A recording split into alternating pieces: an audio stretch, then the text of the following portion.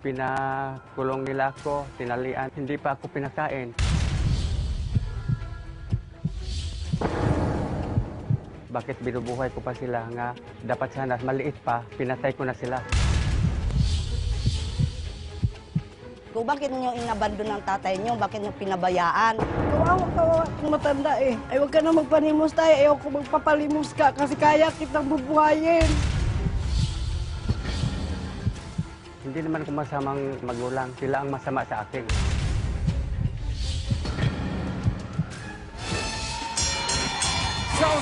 Sausawa! Let's get ready for Sausawa! Kapitana, si Ateng Jelly de Belen! Happy morning mga kapatid! Kumusta naman ang inyong umaga? Napaliguan niyo na ba ang inyong mga baby at ang mga maliliit pang mga bagets ninyo? Ang mga magulang natin nagkakaedad na. Nasiguro na ba natin maayos at kumain na sila? Nako, dapat lang na oo ang sagot ninyo mga kapatid. Alam nyo kasi, may kinalaman sa pangangalaga at pagmamahal sa magulang ang pag-uusapan natin ngayong umaga. Yun nga lang, sinasaktan, kinakadena, at pinagtatabuyan daw ng isang anak at ng kinakasama nito ang sariling ama. Bakit naman nagkaganon? Naku, Hans, mukhang madrama ang ating umaga ngayon. Sana lang ay matauhan ang mga nasasangkot dito. Oo nga, Ateng, kasi parang ang sad naman na ganon ang nangyayari. Mga kasawsawan, hindi tayo papayag na manatiling ganon ang sitwasyon, hindi ba? Mukha lang silang malaki at matigas, pero hindi naman sila mga anak na nananakit ng magulang ang ating duwang maskulado, B1 at B2. Sila naman ay para na rin mga magulang sa atin ang hinding-hindi nabibigong magbigay sa atin ng mga pangaral sa buhay. Attorney Ben Acosta, Dr. Camille Garcia, Father Sunny Merida. Sila ang ating mahal na trio tagapayo. Sa Luzon, Visayas and Mindanao, buong Pilipinas at buong mundo, face-to-face na.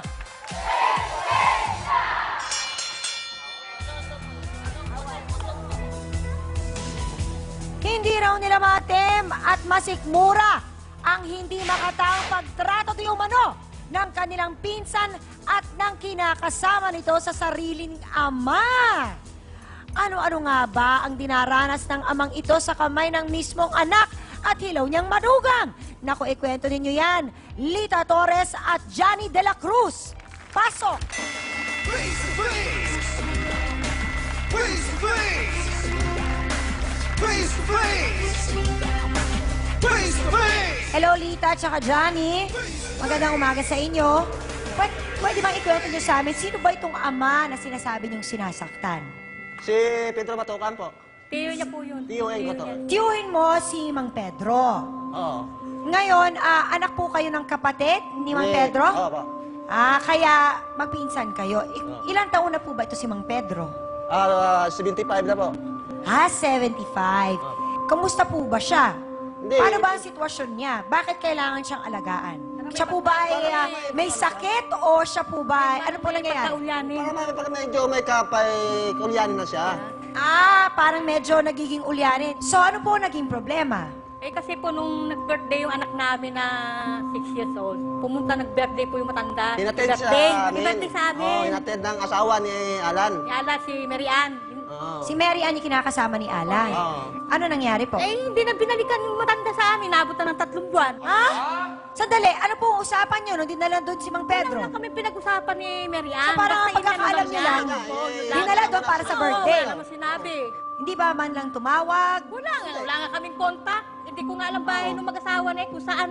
Saan Yung bahay bahay nila, para hatid ko na lang yung matanda. Paano po nyo naimbitahan ito si Mang Pedro? Kasi alam naman nila yung birthday ng anak namin eh. Sinama ni Mary Ann yung matanda na yan. Hindi, wala namang usapan na, birthday ng anak ko, punta kayo dito, Ay, walang ganon. wala po sinabi. Alam naman nila yung birthday ng anak namin eh. Yung anak namin. Kamusta naman siya bilang, hindi na nga siya binalikan, sa inyo na siya nakatira? Sa amin talaga. Kamusta naman po siya habang nasa inyo? Ano din siya sa amin, pasaway. Matanda. Biro nyo naman kumakain kami. Sukat ba naman naglakad din sa baba kami kumakain? Naapakan yung plato namin na, may dumi pa yung puweta niya. Di ngayon nagalit ako. Tapos kaya napalo ko siya ng 2x2. Minsan, di naliligo. Bakit niyo po pinalo ng 2x2? Yung lakad lang. Tapos Napakan yung kanin eh. kanin. Tapos yung anak ko, Sandali po. Bakit niyo po siya sinaktan? Alam niyo naman po na dumadaan na siya sa pangalawang pagkabata. Napakan yung kainan namin. Hindi, May medyo- dumi pa. Tapos sinasama pa yung anak namin sa pamamalimos na hindi namin alam. Kaya Wala. doon ako nagalit. Sandali. Noon pagkausap niyo siya, paano po ba siya? Meron ba siya mga sinasabi? Kasi parang dumarating Okay naman siya. wala naman siya sinusumbong sa inyo kung paano siya tratuhin ng anak niya. Basta sinabi niya lang nung ano siya sa amin, na hindi daw siya pinapakain nila ni Lando, ng asawa ni Mian. Lando, si Mian. Kaya Hindi siya pinapakain. ito pinapakain niya. Nagsusumbong sa amin. Nagsusumbong. Kinakadena pa daw siya nung Kinakadena? sariling anak. Pero hindi naman kayo nalalayo kasi inataw niyo nga ng 2x2. Nasaan po ba ang asawa ni Tatay Pedro? Patay na po. Patay na si... Patay na po siya. Wala po bang ibang anak or kapatid? Mag-isa lang yan si Lando. Ngayon, bakit po kayo nandito? Anong gusto niyong mangyari? Kami daw ang reklamo na kami daw ang nagmamaltrato sa akin. Kayo, kami na ngang kumup-kup. Kami pa pinalabas na. Kayo po pinagtrato ba ang namin yung nirereklamo? tanda. Sabi daw, pinag-interesan daw namin yung bahay. Pinag-interesan daw namin yung bahay dito kayo. Hindi naman kami nakatira doon yung anak. Tsaka yung manugang. Bakit yung Ba't kami pa pag-iinteresan? sinabihan? Ewan ko. Ano na, ewan Bakit paano kayo nakakapag-usap-usap kung hindi nyo nga alam kung saan sila nakatira? Ito kasi, itong bata pa to, 12 anos ito, minahal talaga to ni Teo. Parang May nagsiseri. maliit pa kasi ako, si Tio ang nagpapalaki sa akin. Si Mang Pedro nagpalaki sa'yo. Yung mama ko, tatay ko. Pero kayo ba, kahit pa paano, inaalagaan nyo naman po ito si... naman. Gusto nyo ba na bawiin o ibalik si Mang Pedro sa kanyang Babalik na anak? lang namin sa kanya kasi babalik na lang namin sa sarili niyang anak kasi pamangkin lang naman yan eh. Kasi ako, meron din akong pamilya na inaano ko rin yung anak ko. Kailangan ko din yung anak ko eh. Siya, matanda, di ba siya, may sarili siyang anak. Paano po kung sabihin nila, pwede bang kayo na lang ang mag-alaga? Hindi naman pwede yan, ma'am. Ako may pamilya na ako eh. Pero May alam mo, pinapaaral ako. siya nagpalaki rin sa'yo. Ikaw nga yung tinuro niyang anak. Naaawa naman po ako dito kay Mang Pedro. Noon, okay naman yan nga ako mag-alaga. Usap-usap muna kami. Oo, wag lang yung may gulo. Yun ang gusto namin marinig. Yung okay lang naman na nasa sa inyo siya. Basta't maayos. At saka tulungan din. Alam nga naman nila kayo kami. lang. Oo, Mangyari kay Tio, o magkasama si Tio, sisihan. wala sisihan, magtulungan kami. Diba? Oo, pwede namang minsan nasa inyo, minsan nasa kanila. Okay, mamaya, liwanagin natin yan. Sila ang sinasabi ni Nalita at Johnny na nananakit at nagkakadena. Di umano kay Tatay Pedro. Bakit nga ba ninyo ito ginagawa sa sariling ama? Magpaliwanag kayo. Lando Matukan at Marian Kahara. Pasok! Tumatakbo! Alam mo na. Oo. Ayan. Napigilan agad. Sprinter? Okay. Diretsa ang tanong. Totoo bang kinakadena nyo ang iyong ama? Totoo po. Totoo! Bakit? Para rin po sa kaligtasan niya. Para sa kaligtasan niya. Bakit mo nasabang para sa kaligtasan niya? Kasi po, pakalat-kalat. Sino ba naiiwan sa bahay kasama niya? Asawa ko po. Sino nagkakadena sa kanya? Ako po. Bakit yung ginagawa yun? Ginagawa ko po dahil stay po ako sa trabaho. Oo, stay in ka, so ikaw ang natitira. Ako po, pero hindi naman totoo yung sinasabi niya eh.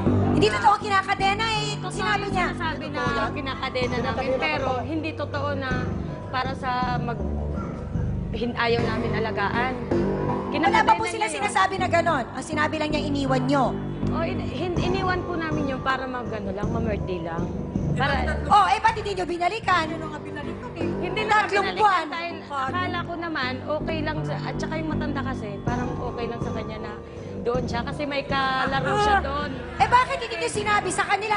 Ay, nako, medyo alamin natin natin kung ano ba ang dahilan. Ba't hindi nila binalikan? 3 buwan din ang lumipas. Alamin natin ang lahat ng yan sa pagbabalik ng...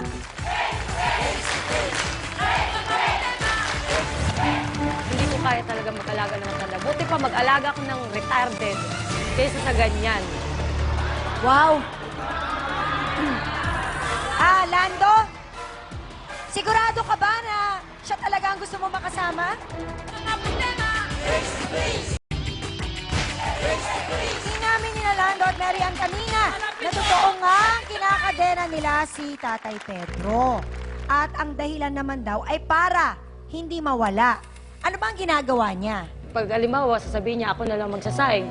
Pagtingin mo sa kaldero, sinasayang niya pa, lupa. Pag kakain na kami, hahanapin pa sa buong barangay. Hanapin pa siya doon. E di sabi ko, para hindi na lang siya hanap-hanapin pag itali. Kaya kailangan, di ba, ating pag ganun, Pag may bantay. Eto na nga, tatanungin ko. Nga nag-asawa naman ako para hindi maging yaya, no? Ayan, dyan na lumalabas yan. Ano? Lalo naman ako papayag niyan. Pero ito na yan eh. Naiintindihan namin yon na nung pumasok ka sa relasyon, wala naman yun sa usapan. Wala. Pero, Okay pa siya nun eh. okay pa siya nun eh. Oo. Kaya lang nangyari na Nag-ano ito. lang siya nung Paano kung ang namatay? magulang mo yun ang mangyari? Tapos, sasabihin ngayon ni Lando, ayoko nga. O, paano yun? Nasa kanya na yun. O, Decision so, niya yun. medyo yun ang problema. Lumabas na, at least maaga pa lang, lumabas na. Ano pa ba ang ginagawa nito si Tatay Pedro na nahihirapan talaga kayo? Nahihirapan talaga po ako kasi ako naman ang nasa bahay siya. Ikaw Wala lagi. naiiwan. Oo. O sige, ano ba yung mga ginagawa pa niya? Ginagawa niya, pupunta siya ng sasabihin na, tayo, maligo ka na. Liligo siya. Pagtingin mo doon sa sir, di naman naliligo. Yung mga dumi niya nakadikit sa dingding. Yung mga ano? Yung dumi niya, oo. ididikit niya sa dingding. Sabi ko, parang sabi ko, hindi ko na yata kakayanin to. Nagkataon lang talaga na sabi niya, kumusta naman si tatay doon, sabi ko, doon, iniwanan ko rin ang pera yun. Tapos, tingin ko naman sa iniwanan ko masaya kasi binigyan ko na 1,000 eh. Yung matanda binibigyan ko, kinuha niya. Akala niya, Sino kumuha ng 1,000? sa Tilita. Si Ate Oo, Lita. akala niya hindi ko makikita. Hindi ko makita kasi umalis na ako noon eh. Sa matanda ko Binigay mo binigay. yung pera kay Tatay Pedro. Oo, kasi 3 days lang dapat yun. 3 days 3 lang days, dapat. babalikan ko May siya. usapan kayo na 3 days, pero ba't hindi yun na sinasabi ni Ate Yung Lita? matanda sabi ko, babalikan kita. Sinabi mo kay Tatay Pedro Opo, babalikan na ko 3 siya. days. Pagbalik ko, nakita Ba't ko hindi mo sa kanya sinabi? Kasi ano lang naman yung kumbaga saglit lang naman. Hindi saglit yung 3 araw. Alam niya yun. Hindi totoo ang hindi niya alam eh. Kung alam kung alam ko O, sabihin na natin hindi niya matanda alam. sa akin, hindi ko na kailangan pang hanapin kayo kung saan kayo lupalop nakatira. Bakit anong ginawa siya mo na na yan? iniiwan sa kanya matanda? Magulang na rin ang asawa niya yon. Sandali, hindi, wala yun ang usapan natin. Yan eh. Ang usapan natin muna, although sinabi ko rin naman sa kanila yung kanina, pero ang usapan natin, bakit hindi mo sinabi sa kanila na 3 araw bago mo siya babalikan? Sa matanda lang, sabi ko, okay ka na ba dito? Pero iniiwan mo yung matanda sa kanila. Isang beses lang yun. Yun nga Isang lang. beses nga kasi hanggang ngayon yung pa na kinuha eh. Hindi, kinukuha namin nung nakaraan, ayaw nilang ibigay. Ay, pipigay ko mo. Kailan nyo kinuha? Sinungaling ka Nakaraan eh. linggo lang.